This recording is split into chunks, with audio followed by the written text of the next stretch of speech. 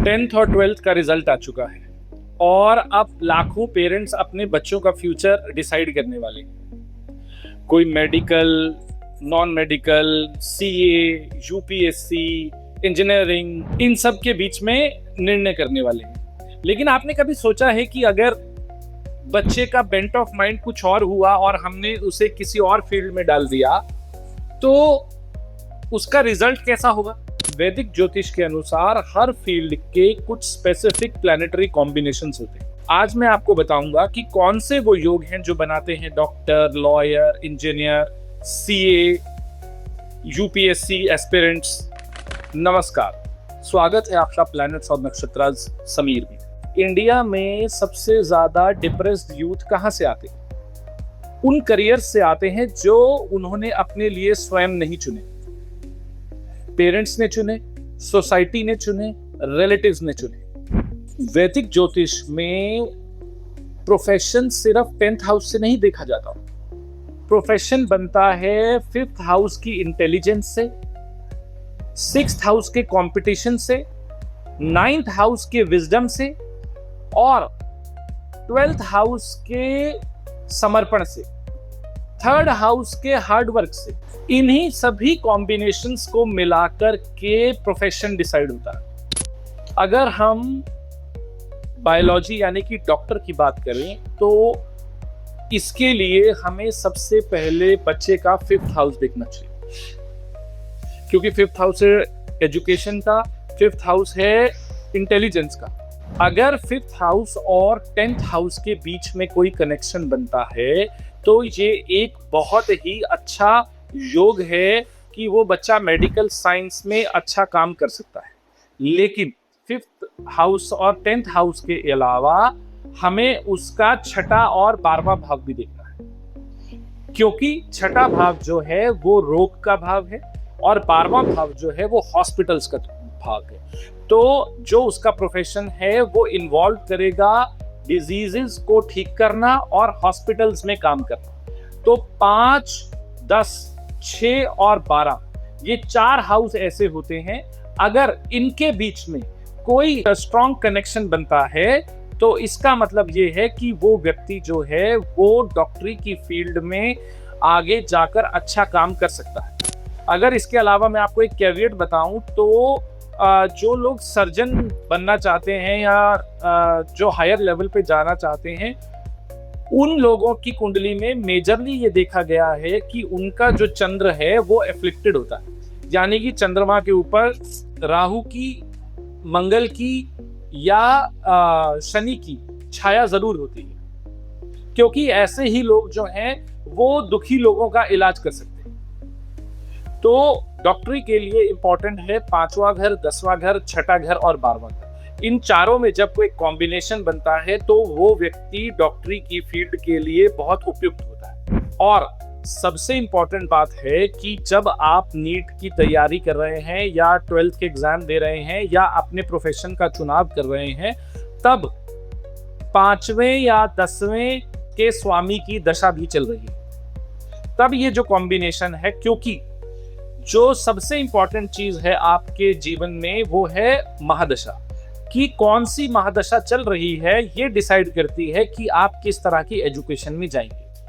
दूसरा हम बात करते हैं वकील यानी कि लॉयर। लॉयर की कुंडली में जो सबसे इंपॉर्टेंट भाव है वो है दूसरा, छठा और 9वां। दूसरा भाव क्योंकि वो स्पीच का भाव है, वो बात करने का भाव है, अपनी बात को कन्विंसिंगली सामने रखने का भाव है। छठा भाव है लिटिगेशन का, मुकदमे का, कंपटीशन का, और 9वां भाव है जुडिशरी का, जजमेंट का। तो ये जो 3 भाव हैं ये एक वकील की कुंडली में बहुत मैटर करते हैं उसकी सक्सेस के लिए। तो जिस भी व्यक्ति की कुंडली में 2, 6 और 9वें घर का कॉम्बिनेशन बन रहा हो, उस व्यक्ति के लिए लॉयर की फील्ड में जाना, वकील बनने का प्रयास करना बहुत ही उपयुक्त रहेगा। 2 प्लैनेट जो वकीलों के लिए सबसे इंपॉर्टेंट है वो है जुपिटर और सैटर्न। सैटर्न क्योंकि वो शनि न्याय के कारक हैं और जुपिटर क्योंकि आपको न्याय दिलाने के लिए वो ज्ञान होना बहुत जरूरी है। तो ज्ञान और न्याय के जो कारक हैं गुरु और शनि, वो दोनों वकीलों की कुंडली में बहुत इंपॉर्टेंट रोल प्ले करते हैं। तो उनका स्ट्रांग होना बहुत जरूरी है। एक और इम्पॉर्टेंट कैविएट मैं आपको यहाँ पे बताता हूँ।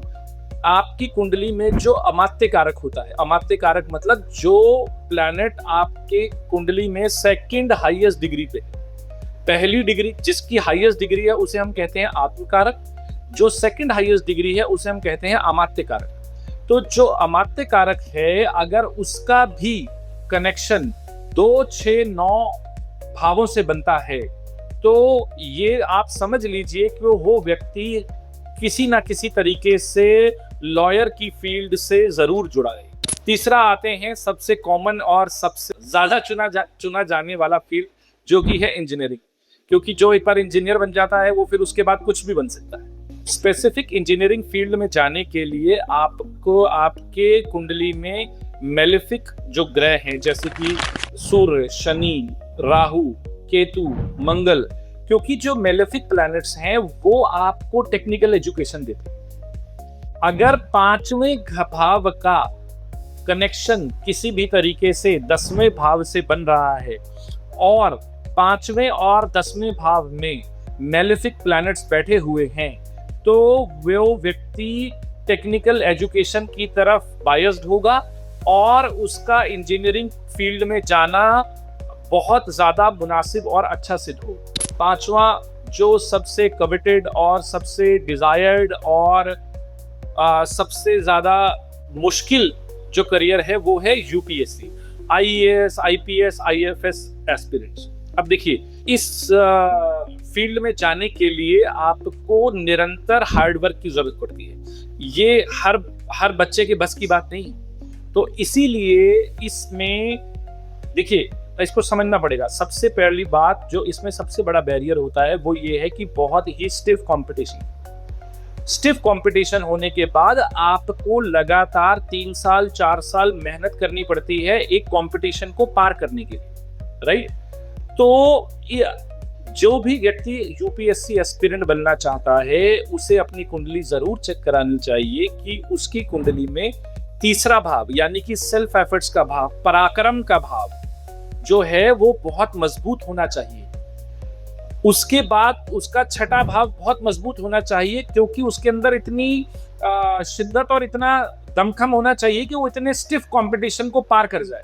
तो तीसरा भाव, छठा भाव और उसके बाद उसका कर्म स्थान यानी कि 10वां भाव, ये तीनों भाव अगर किसी व्यक्ति के बहुत ज्यादा स्ट्रांग दिखाई देते हैं और इन तीनों में कोई कॉम्बिनेशन दिखाई देता है, तभी वो व्यक्ति यूपीएससी के लिए सूटेबल है।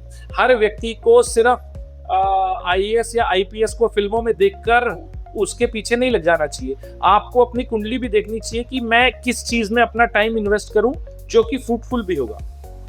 सेकेंडली, आईएएस आईपीएस क्योंकि वो गवर्नमेंट के लिए काम करते हैं, तो उनकी कुंडली में सूर्य जो कि सारे ग्रहों का राजा माना जाता है, उसका रोल बहुत इंपॉर्टेंट हो जाता है।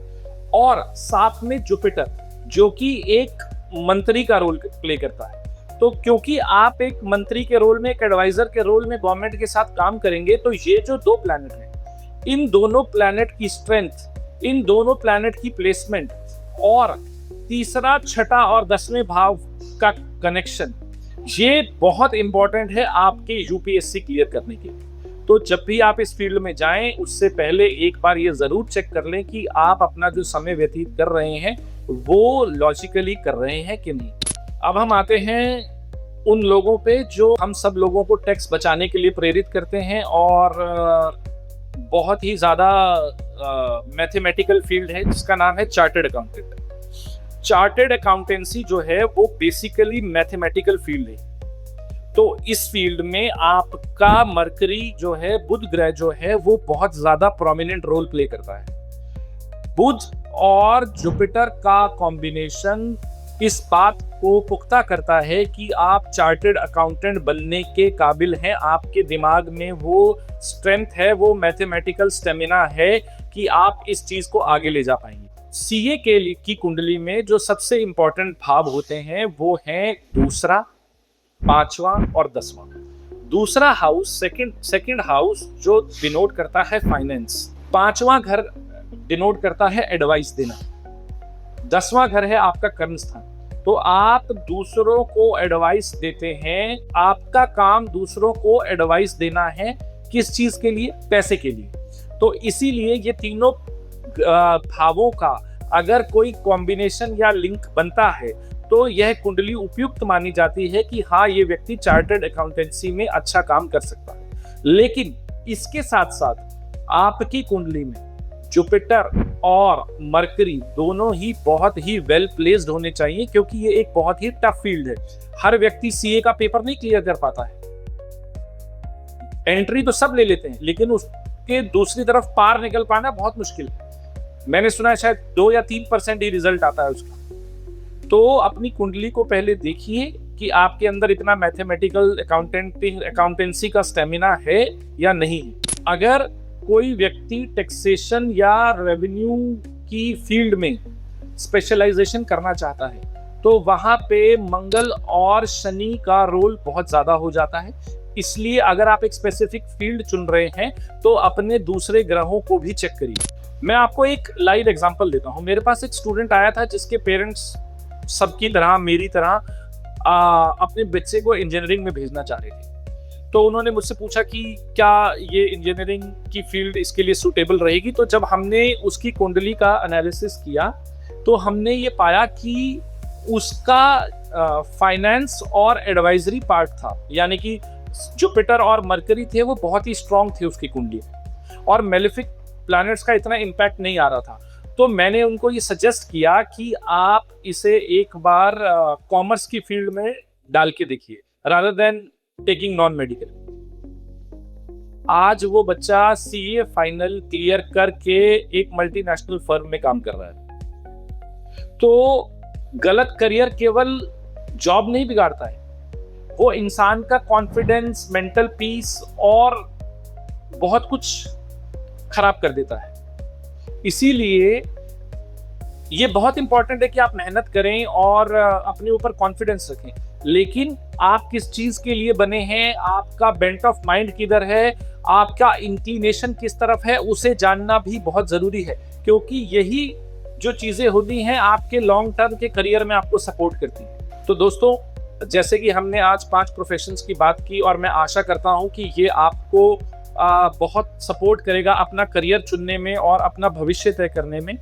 Stay tune to this channel, subscribe it, share it with as many people, क्योंकि इसके बाद हम बात करेंगे जर्नलिज्म की, टीवी पर्सनालिटीज की, फैशन डिजाइनिंग की, होटल मैनेजमेंट की, कंप्यूटर प्रोफेशनल्स की। तो ये 5 जो करियर्स हैं इसको मैं नेक्स्ट सेगमेंट में कवर करूंगा। तो stay tune and wait for the next professions. Thank you.